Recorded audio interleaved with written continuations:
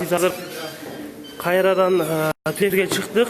Bu жерде студенттер биздин жакшы кабинеттерибиз бар. Силер аны көрбөй атасыңар. Бизге доомат коюшта биз алардын дагы пикирин угалы деп мына келдик. Булар студенттер айтып аткан жакшы кабинетке. Саламатсызбы. Аты-жөнүңүз ким болот? Кандай? Атыңыз ким, атыңыз? Нуржан. Нуржан, бул жерде студентсиз? Ооба. Кайсы курс? 4-курс. Франция. Бул жердин студенттери 5-курска көчүрөт деп атат. Ошол боюнча эмне айтасыңыз? Орусча болот. Так, көрүп атасыңар, биздин аудитория жакшы эле, бирок 5-корпуста биз подвалда болобуз деп жатат. Өзгөрүлөтүн, бирок балдар аябай жаман акыбалда дейт. Ошого биз көчкүбүз келбей атат.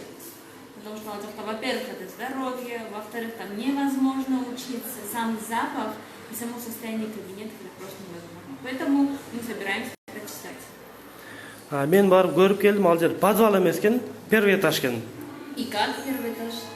Обычно эле киргенде биринчи этаж, ремонту жакшы эле экен вроде. Өзүңүз барып көрдүңүз, мен көрбөдүңүз? Жок, көргөн жокмун, бирок сүрөттөрдөн көргөндө вообще ужасно көрүнөт. Өзүнчө действительно подвал болуп, терезелер жок, капкараңгы, ремонт ужасный и дышать нечем. Демек сиз бул жерде окуган жагат. Көрүшүңүз келбейт. Сен дагы бир ооз айтып бер, аты жөнүңдү айтып.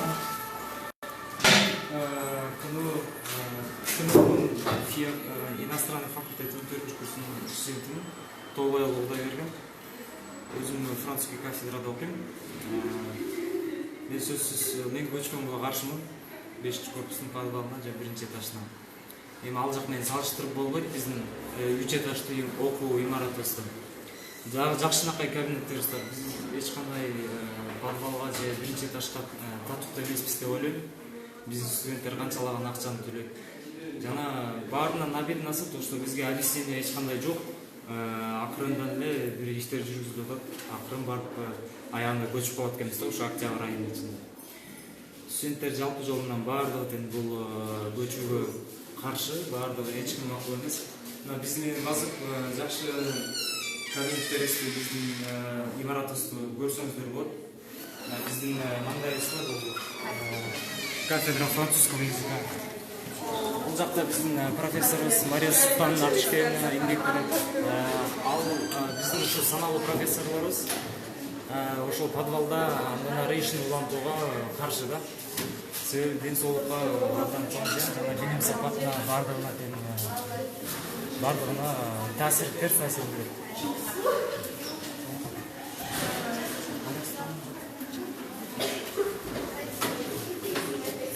Булар мугалимдерби?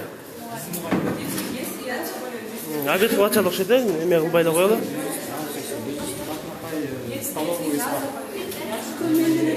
Эми албетте ачыктан айкын эле 3 этаж окуу имаратында окуган менен подвал менен 1-этажда окуган айырмасы асман менен жердей деп ойлойм. Эми ушунча 800гө жеткен студентти ошол жака көчүрүш жакшы деле идея эмес го дейт. Бул кандай? Кантип ушу ойлошкан жок билбейм. То, что студенттер буга каршы чыгарын эмне үчүн ойлонбойт? Канчалаган акчаны төлөшөт? Өздөрүнүн ден соолугуна дагы зыян берет. Ал жакта сырость станат экен. Подвалына киргенде жок, жакшы эмес. Жана кабинеттер сөзсүз мындай мынча сыймак кабинеттерди келип атат.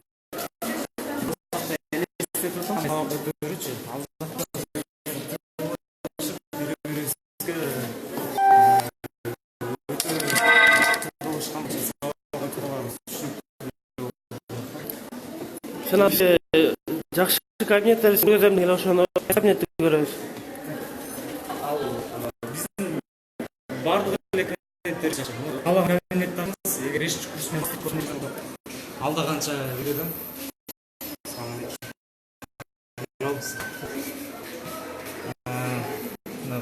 Биздин студенттер ийгилик болгон экен. Ар бир кабинетибиз ар бир кабинетибиз биз үчүн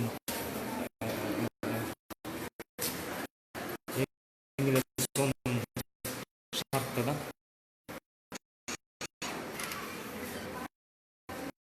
биздин дагы андай кабинеттер болгон жок. Сөзсүз ал жерде. Картабы кайерде?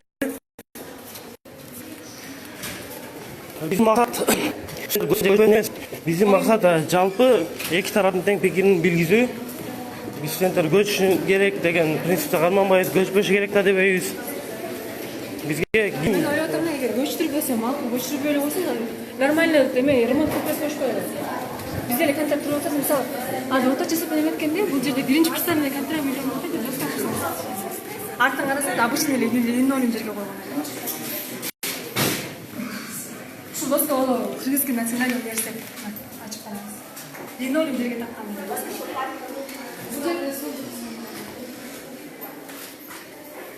Если нормальные условия, вот ты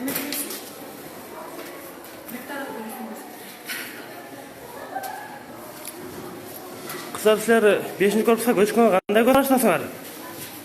Биз ушул корпустун өзүндө ушул условиясына чыдап окуткандан кийин анан ушул корпусту бизден алып коюп подвалга көчүрүп койгонду вообще караңызда биз 35 миң 40 миңдик контракт төлөп окуткандан кийин бизге андай условия Силер ушунда кайсы курссуңар? Экинчи курс. Былтыр келгениңерде эле ушул кол болчу туурабы? Эмне үчүн былтыр айтпадыңар? Ремонт кылып бергиле, столдорду алмаштырып бергиле деп. Биз былтыр айтканда баары деле мугалимдер былтыр мугалимдер ректорго барып кайрылган болчу. Ректорго барып кайрылганда силер жан кыздар окуйт, нормально колдонбойсуңар деген. А биыл ремонт болгон былтыр ошондон бери деле урматыр. А ректор жөн мугалимдер жөн эле өзүнүн жагында кетирет. Мисалы, журналисттер главный корпуста окуйт, алар деле бизде карайт, алар деле бизде студент, а биздин башка өзүнүн. Журналисттер деле 8-корпустун подвалында окуйт. Журналисттер 8-корпустун подвалында окутчумун. Азыр алар да ушундай петиция кылышып, алар главныйга келишкен. Азыр деле ошол окуйт. Макул окуса деле алар да бүт эме бар да, условия бар, экономикада бар. Инфактан башкасы. Жүрүңүз, ага жакшы кабинеттериңизди көргөзөсүзбү? Биринчи этажда ушул. Гид болуп аткан бала каякадыр кетип калыптыр. Жакшы кабинеттерим бар, көргөзөм деди эле.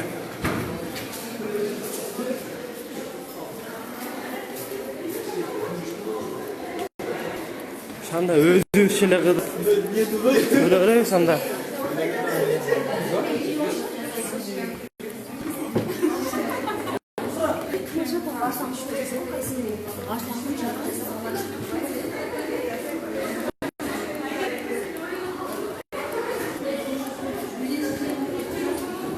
Анан биринчи этажга түшөбүз.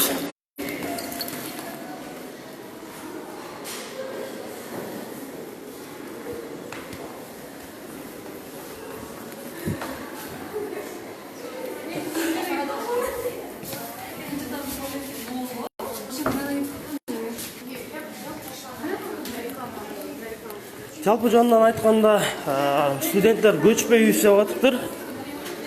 Ал эми мектеп жетекчиси болсо студенттерди көчүрөбүз деп атышат. Эми биз студенттер көчсүн же көчпөсүн деген нерсени айтуудан алыспыз. Биз болгону студенттердин дагы окуу имаратынын жетекчилигинин дагы көз карашын чагылдырып, өздөрүнүн пикирин чыгарабыз. Биз андан башка эч нерсе кылбайбыз.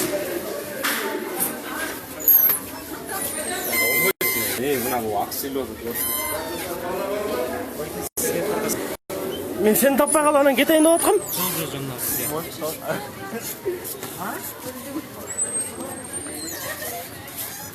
Дагы эмнелерди айтып бере аласың азыр?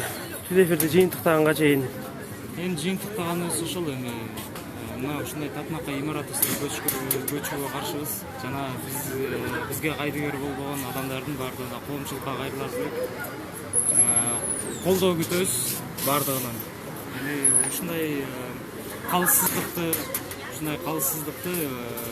токтотуш керек. Биздин студенттер каршы 5-корпуска көчүүгө. Силер ошондо жалпы студенттер каршыбы же балким барам дегендер да бардыр арасында? Кээ бирөөнө баары бир болгондор да бар да. бирок көпчүлүгү баардыгы деп деле айта алам, анткени ачыктан айкын нерсе болуп кеткен. Подвалга эч ким окугусу келет. Мына бизде баардыгы контракт төлөп аткандан кийин 2017-2018 жылкы окуу жылынан бери бюджетти жоюлган да. Анан демек ал 4-курста гана 1-2 гана группа бар бюджетте окуган. Саналуу группа деп айтайчы, саналуу группа бар. Калганы баары контракт төлөйт. Анан ушунча акча төлөп, анан ушундай татаал шарттар менен барып жана жетишсиз кабинеттерге, подвалга дегендей биринчи этажга ошентип барып административдик кабинеттерине чогуу окуганга эч ким макулдугун бербейт. Жана биз аягына чейин турабыз. Жана кийинки протесттерибизди, иштерибизди подпись чогултуп, каалаган аракетибизди кылабыз. Чоң рахмат.